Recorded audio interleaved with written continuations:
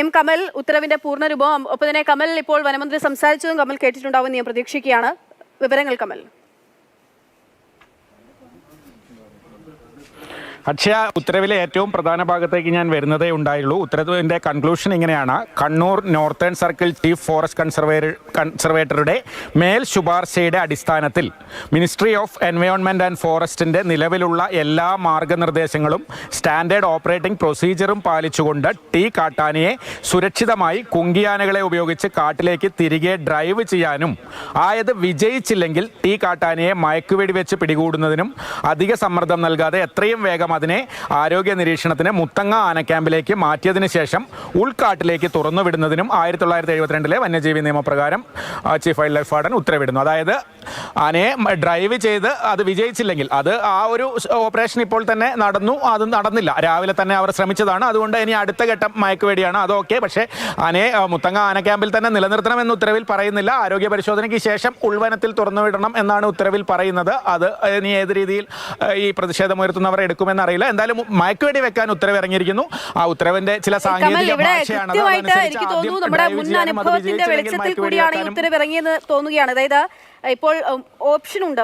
അതായത് ഒന്നീ പറഞ്ഞതുപോലെ ആനയെ ഡ്രൈവ് ചെയ്യാനുള്ള ശ്രമം ഇപ്പോൾ നടന്നിട്ടുണ്ട്. മറ്റൊരു കുങ്കിയാനകളെ ഉപയോഗിച്ച് കാട്ടിലേക്ക് തിരികെ ഡ്രൈവ് ചെയ്യണം. അതായത് ഇപ്പോൾ ആദ്യം ഈ കുങ്കിയാനകളെ എത്തിക്കുമ്പോൾ ആ ഒരു നടപടിയിലേക്കായിരിക്കും അല്ലേ പോവുക. അത് വിജയിച്ചില്ലെങ്കിൽ മാത്രം മയക്കുവെടി വെച്ച് പിടികൂടുക, ഒപ്പം അധിക സമ്മർദ്ദം നൽകാതെ എത്രയും വേഗം അതിനെ ആരോഗ്യ നിരീക്ഷണത്തിൽ നടത്തുക എന്നുൾപ്പെടെയുള്ള കാര്യങ്ങൾ പറയുന്നുണ്ട്. അതായത് തണ്ണീർക്കൊമ്പന്റെ കാര്യത്തിൽ നമുക്കുണ്ടായിട്ടുള്ള അനുഭവ പാഠം ഇവിടെ നമ്മൾ കൃത്യമായിട്ട് ഉപയോഗിക്കുന്നുണ്ടല്ലേ? അക്ഷയ, അത് ഇതിൽ ഉൾക്കൊള്ളിച്ചിട്ടുണ്ട്. അത് മാത്രമല്ല, ഒരു ഉത്തരവാകുമ്പോൾ സ്വാഭാവികമായും അതിൻ്റെ ഒരു ഔദ്യോഗിക ഭാഷയുണ്ടാകും. നേരെ ഉടനെ അടുത്ത നിമിഷത്തിൽ മയക്കുവെടി വെച്ച് പിടികൂടണമെന്ന് ഉത്തരവിൽ പറയാൻ കഴിയില്ലല്ലോ. അതുകൊണ്ട് തന്നെ ആ സ്റ്റാൻഡേർഡ് ഓപ്പറേറ്റിംഗ് പ്രൊസീജിയറാണ്. ആദ്യം ആനയെ കാട്ടിലേക്ക് ഡ്രൈവ് ചെയ്യാൻ ശ്രമിക്കണം. അത് വിജയിച്ചില്ലെങ്കിൽ മാത്രമേ മയക്കുവെടി വെക്കാൻ സാധിക്കുകയുള്ളൂ. അതുകൊണ്ടാണ് ആ ഉത്തരവ് ഒരുപക്ഷെ അങ്ങനെ ഇറങ്ങുന്നത്. ആനയെ പിടികൂടി ആരോഗ്യ നിരീക്ഷണത്തിന് വിധേയമാക്കാൻ മുത്തങ്ങ ക്യാമ്പിലേക്ക് കൊണ്ടുപോകാം എന്ന് ഉത്തരവിൽ വ്യക്തമായി പറഞ്ഞിട്ടുണ്ട്. അതല്ലെങ്കിൽ ഒരുപക്ഷെ നമ്മൾ നേരിട്ട് ഉൾക്കാട്ടിൽ തുറന്നു വിടണമെന്ന് പറഞ്ഞാൽ പക്ഷേ ആ സാവകാശം ലഭിക്കുകയില്ല. കഴിഞ്ഞ തവണത്തെ ഉത്തരവിൽ ബന്ദിപ്പൂരിലേക്ക് കൊണ്ടുപോകണം, ബന്ദിപ്പൂർ കാട്ടിൽ തുറന്നുവിടണമെന്നായിരുന്നു ഉത്തരവിൽ പറഞ്ഞിരുന്നത്. ഇത്തവണ അങ്ങനെയല്ല, മുത്തങ്ങ ആന ക്യാമ്പിലേക്ക് കൊണ്ടുപോകാം എന്ന് പറഞ്ഞിട്ടുണ്ട്. അതുകൊണ്ട് തന്നെ ഇനിയിപ്പോൾ ആ നടപടിക്ക് ഒരു ഉത്തരവിൻ്റെ തടസ്സമില്ല. മയക്കുവെടി വെക്കാനും മുത്തങ്ങയിലേക്ക് കൊണ്ടുപോകാനും എന്തായാലും ഉത്തരവായിട്ടുണ്ട്. ഈ ഡ്രൈവ് ചെയ്യാനുള്ള ശ്രമം ഓൾറെഡി നടന്നു കഴിഞ്ഞതാണ്. അതുകൊണ്ട് ഇനി ആ ശ്രമം അങ്ങനെ ഒരു ശ്രമത്തിൻ്റെ ആവശ്യം ഉണ്ടാകുമെന്ന് തോന്നുന്നില്ല. നേരിട്ട് മയക്കുവെടി വെക്കുന്ന നടപടിക്രമങ്ങളിലേക്ക് വനംവകുപ്പിന് കടക്കാനാകും. ശരി കമൽ, ഞാൻ കമലിലേക്ക് മടങ്ങിയെത്താം. ഇപ്പോൾ ജിതിൻ കൂടി, മാനന്തവാടി സ്വദേശിയാണ് ജിതിൻ. നമുക്കൊപ്പം അതിഥിയായി ജിതിൻ കൂടി തത്സമയം ചേരുന്നുണ്ട്. ഞാൻ ജിതിനിലേക്ക് പോവുകയാണ്. ജിതിൻ, വലിയ പ്രതിഷേധം, ഒരുപക്ഷെ ഇതുവരെയും വയനാട് സാക്ഷ്യം വഹിക്കാത്ത തരത്തിലേക്കുള്ള പ്രതിഷേധം ഉണ്ടാവുകയാണ്. ഈ പ്രതിഷേധവുമായി എങ്ങനെയായിരിക്കും ഈ പ്രതിഷേധം മുന്നോട്ട് പോവുക? തുടരുമോ ഇത്? തീർച്ചയായും വയനാടിനെ സംബന്ധിച്ചിടത്തോളം, അതുപോലെ തന്നെ പ്രത്യേകിച്ച് ഈ മാനന്തവാടി ഭാഗത്ത് കഴിഞ്ഞ ദിവസങ്ങളിലൊക്കെ കാട്ടാനയുടെ ആക്രമണം അതിരൂക്ഷമായി വരുന്നൊരു സാഹചര്യം ഉണ്ടായിട്ടുണ്ട്. ഇപ്പൊ നിലവിലെ സാഹചര്യത്തിൽ വലിയ പ്രതിഷേധമാണ് മാനന്തവാടിയിൽ നടന്നുകൊണ്ടിരിക്കുന്നത്. മാനന്തവാടി പ്രദേശത്തെ എല്ലാ പ്രധാനപ്പെട്ട റോഡുകളും ഉപരോധിച്ചുകൊണ്ടാണ് രാവിലെ സമരം ആരംഭിക്കുന്നത്.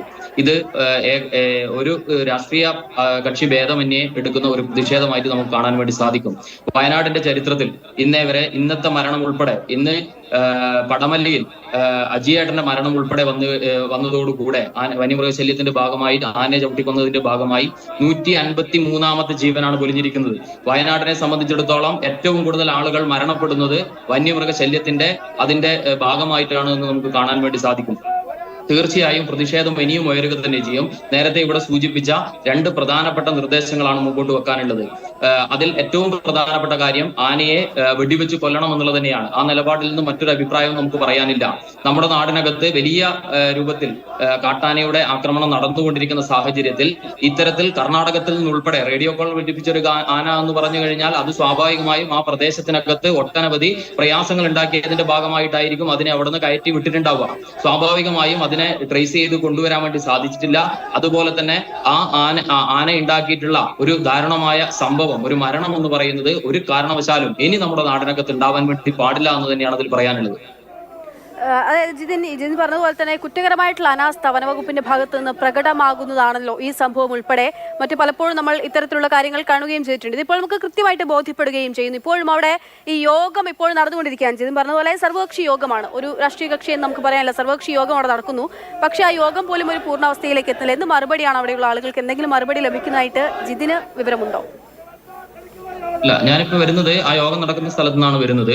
അവിടെ യോഗം കുറച്ചു നേരമായി നീണ്ടുപോവുകയാണ്. അത് നീണ്ടുപോകാനുള്ള ഏറ്റവും പ്രധാനപ്പെട്ട കാരണം എന്ന് പറയുന്നത് നഷ്ടപരിഹാര തുകയുമായി ബന്ധപ്പെട്ടും അതുപോലെ തന്നെ കുടുംബത്തിൽ ആശ്രയിക്കുന്ന ആളുകൾക്ക് ജോലി നൽകണം എന്നതുമായി ബന്ധപ്പെട്ടുള്ള കാര്യത്തിലാണ് ചർച്ച തീരുമാനമാകാനുള്ളത്. അതാണ് ഏറ്റവും പ്രധാനമായും ഉന്നയിക്കുന്ന ആവശ്യം എന്ന് പറയുന്നത്. ഒരു കുടുംബമാകെ അനാഥമായി പോകുന്ന ഒരു സാഹചര്യമുണ്ട്. ഇത് ഒന്നോ രണ്ടോ സംഭവങ്ങളല്ല. നേരത്തെ ഞാൻ സൂചിപ്പിച്ച ഓരോ വിഷയങ്ങളിലും ഇത്തരത്തിലുള്ള പ്രയാസം ഈ വയനാടിനെ സംബന്ധിച്ചുണ്ട്. പ്രത്യേകിച്ച് എടുത്തു പറയത്തക്ക രൂപത്തിലേക്ക് എന്റെ പ്രദേശം തിരുനെല്ലിയാണ്. തിരുനെല്ലി ഒരു പഞ്ചായത്തിൽ മാത്രം 87 ആളുകളാണ് മരണപ്പെട്ടിട്ടുള്ളത്. വയനാട് ജില്ലയിൽ ഈ വർഷം, അതായത് 40 ദിവസം, 2024 തുടങ്ങിയിട്ട് 40 ദിവസമാകുന്നതേ ഉള്ളൂ. ഈ 40 ദിവസത്തിനിടയിൽ 2 പേർ മരണപ്പെട്ടു വയനാട് ജില്ലക്കകത്ത്. 2ഉം ആനയാണ് കൊലപ്പെടുത്തിയിട്ടുള്ളത്. ഇന്നലെ ഏറ്റവും പ്രയാസമുള്ള ഒരു സംഭവം ഉണ്ടായിട്ടുണ്ട് ഇതേ സ്ഥലത്ത് തന്നെ, തിരുനെല്ലിയിൽ, ഈ മാനന്തവാടി പ്രദേശത്ത് തന്നെ. ഇന്നലെ കടുവയുടെ ആക്രമണത്തിൽ ഒരു വാച്ചർക്ക്, അതുപോലെ തന്നെ ഒരു പൊതുപ്രവർത്തകൻ കൂടിയാണ്, അദ്ദേഹത്തിന് അതിമൃഗീയമായി പരിക്ക് പറ്റി മാനന്തവാടി മെഡിക്കൽ കോളേജിൽ നിന്നും വിദഗ്ധ ചികിത്സയ്ക്ക് വേണ്ടി കോഴിക്കോട് മെഡിക്കൽ കോളേജിലേക്ക് കൊണ്ടുപോയിരിക്കുകയാണ്. നല്ല പരിക്ക്, സാരമായ പരിക്ക് തന്നെ അദ്ദേഹത്തിനുണ്ട്. ഇത് തുടർച്ചയായി മാറുകയാണ്. വയനാട്ടിൽ ഓരോ ദിവസവും ഈ രൂപത്തിലുള്ള വാർത്തകളാണ് നമ്മൾ കാണുന്നത്. ഓരോ ദിവസവും പുലരുന്ന സമയത്ത് ഇത്തരത്തിൽ വന്യമൃഗത്തിന്റെ ശല്യം കൊണ്ട് വയനാടൻ ജനത പൊറുതിമുട്ടി മുമ്പോട്ട് പോകുന്ന സാഹചര്യമാണ്. കൃത്യമായ പ്രതിഷേധം ഇതിന്റെ ഭാഗമായി ഇനിയും ഉയർന്നു വരും.